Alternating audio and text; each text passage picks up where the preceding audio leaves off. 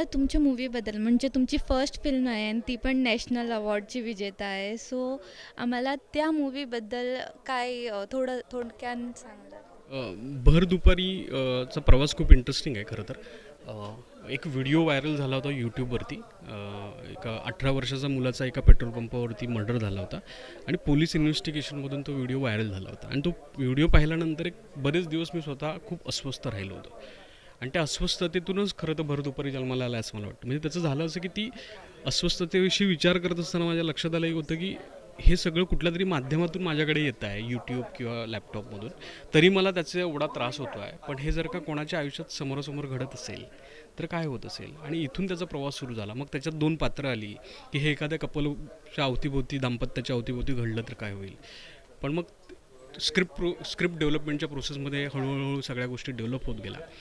महत्त्वाचा मुद्दा भर दुपारी करताना डोक्यात एवढाच होता की सोशल मीडियाच्या माध्यमातून किंवा विविध माध्यमातून म्हणजे वृत्तपत्र असेल, न्यूजपेपर्स असतील किंवा मॅगझिन्स असतील किंवा सगळ्याच गोष्टी, व्हॉट्सअप, फेसबुक, इथून आपल्याला रोज अगदी सकाळी डोळा उघडला की आपल्याला सगळ्या बातम्या आपल्या अंगावरती आपल्यापर्यंत येत असतात. मग ती अगदी कोणाची तरी मर्डरची गोष्ट असते, कोणाची तरी बलात्काराची गोष्ट असते किंवा कुठली असते. आणि आपण तेवढ्यापुरता ती हळहळ होतो, अरे अरे हे इथे हे झालं, इथे ते झालं, फार वाईट झालं असं होतं. आणि मला असं वाटतं आपलं ॲज अ कॉमन मॅन म्हणून तिथेच ते संपतं. आणि त्यावेळेला मला असं वाटलं फिल्म मेकर म्हणून की आपण त्याच्या पुढे नेमकं त्या ज्यांच्याबरोबर ते घडतं, म्हणजे आपल्याकडे ती नावं असतात की यांच्या घरामध्ये असं असं झालं.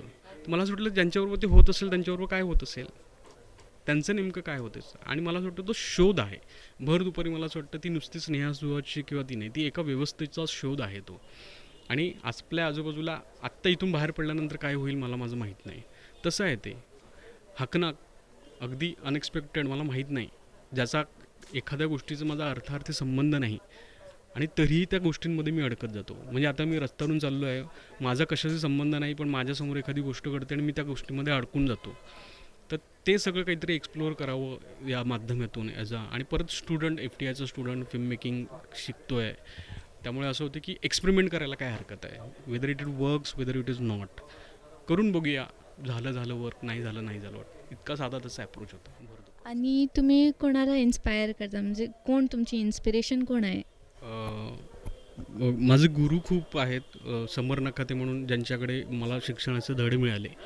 म्हणजे मी मुळात नट किंवा थिएटरकडे आकर्षित होतो, पण जेव्हा पुण्यात आलो तेव्हा मी सिनेमाकडे समर नखातेसारखा एक महत्त्वाचा माणूस मला मिळाला आणि सिनेमाकडे झालो. पण फिल्ममधलं एक्सप्रेशन हे म्हणाल तुम्ही, इम्प्रेशन म्हणाल तर भर दुपारीच्या बाबतीत पर्टिक्युलर सांगाल की मधल्या काळामध्ये मी काही इराणियन सिनेमे खूप सातत्याने बघत होतो. त्याच्यामध्ये तुम्ही असगर फरादी नावाचा एक दिग्दर्शक आहे, ज्याचं सेपरेशन किंवा सेल्समन नावाचा सिनेमा तुम्ही जर का पाहिलात, तर सेल्समन आणि सेपरेशन पाहिल्यानंतर मला असं वाटलं की हे आपले विषय आहेत. जरी तो सिनेमा इराणचा आहे किंवा तो आहे, पण मला असं वाटायला लागलं की आपल्या आजूबाजूला अशाच गोष्टी घडत आहेत असं आहे. आणि ते खूप जास्त रिलेट करायला लागलो मी त्या असगर फरादीचं. आणि ओव्हरऑलच एक इराणियन सिनेमा किंवा मखफलाबादचा सिनेमा बघितला. म्हणजे इराणियन डिरेक्टर्स आहेत ते अत्यंत साध्या आणि आपल्या आजूबाजूला, आपल्या जगण्यातल्या, आपल्या भोवतालातल्या गोष्टींवरती ते नेहमी भाष्य करत असतात. मला असं वाटायला लागलं की आपण मेकर म्हणून आपली जबाबदारी आहे की आपल्या बाजूबाजूला घडत असणाऱ्या सगळ्या गोष्टींना कान नाक डोळे उघडे ठेवून बघणं आणि त्याला तुमच्या माध्यमात त्याला ढाळणं, म्हणजे तुमच्या माध्यमात तुम्ही त्याला बसून ते अभिव्यक्त होणं. तर तुम्हाला वाटतं त्या इराणियन सिनेमाचं मला जास्त होतं. आणि परत मी ज्या दिग्दर्शकांबरोबर FTIला येण्याच्या अगोदर काम केलं, मी काही महत्त्वाच्या मराठीतल्या अत्यंत महत्त्वाच्या दिग्दर्शकांबरोबर काम केलं होतं ॲज अ असोसिएट डिरेक्टर म्हणून.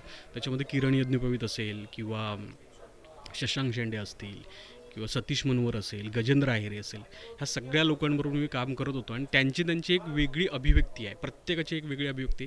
त्या अभिव्यक्तीतला थोडा भाग मला असं वाटतं मी त्यांच्याबरोबर काम करताना मला मिळतं, ओके याच्याकडे हे महत्त्वाचं आहे. यज्ञपवित हे खूप चांगला लेखक आहे आणि तो सगळ्या कंटेंटला किंवा त्या गाभ्याला कसं काय बघतो.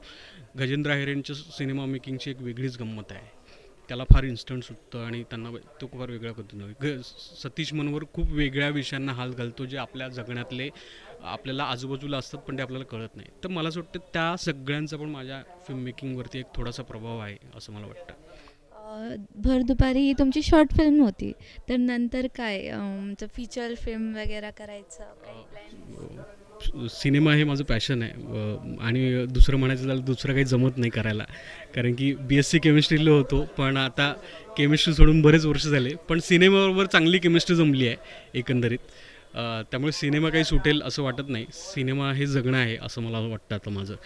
त्यामुळे सतत सिनेमाविषयी काहीतरी करत राहणं. आता आम्ही वेगवेगळी माध्यमं, जसं मी म्हणालं की आम्ही वेगवेगळी माध्यमं बघतो आहोत, मग ते वेदर डॉक्युमेंटरी असेल हे असेल, पण मूळ फिक्शन करणं किंवा सिनेमा करणं हा आहे. आत्ता मी बालाजी सुतारांची एक 2 जगातला कवी नावाची कथा आहे, त्याचं ॲडॅप्टेशन केलं आहे. आणि लवकरच मी नव्या वर्षामध्ये ती शॉर्ट फिल्म लोकांसमोर घेऊन येईन. 2 जगातल्या ह्या कवी नावानेच आहे ती. FTIचे काही माझे मित्र किंवा काही सिनियर्स आम्ही एकत्र मिळून तो करण्याचा घाट घातलेला आहे. मी मागच्या जून महिन्यापासून त्याच्यावरती काम करतो आहे. एक साधारणतः 4-4.5 महिने मी त्याचं ॲडॅप्टेशनचं काम केलं. मूळ लेखकाला म्हणजे बालाजी सुतारांना तो पहिला स्क्रीन प्ले ऐकवला आणि त्यांना तो खूप आवडला. मग आम्ही पुढे आता केलेलं आहे. 50 ते 60% शूट झालं आहे त्या शॉर्ट फिल्मचं, आणि ह्या आता इथून गेल्यानंतर लगेच मी तिथे शूटला जाणार आहे. त्यामुळे ती शॉर्ट फिल्म जानेवारीच्या म्हणजे नवीन वर्षात येऊ घातली असं मी सांगू शकतो. आणि काही सिनेमाचे प्रोजेक्ट्स आहेत माझ्या डोक्यात, काही कमर्शियल आहेत, काही नॉन कमर्शियल आहेत. जे वर्क होतील, जे प्रोड्युसर मिळतील, ज्यांना कोणी पैसे देईल ते करू आपण अशा याचं. आमच्याबरोबर बोलायला thank you sir, thank you so much, thank you so much.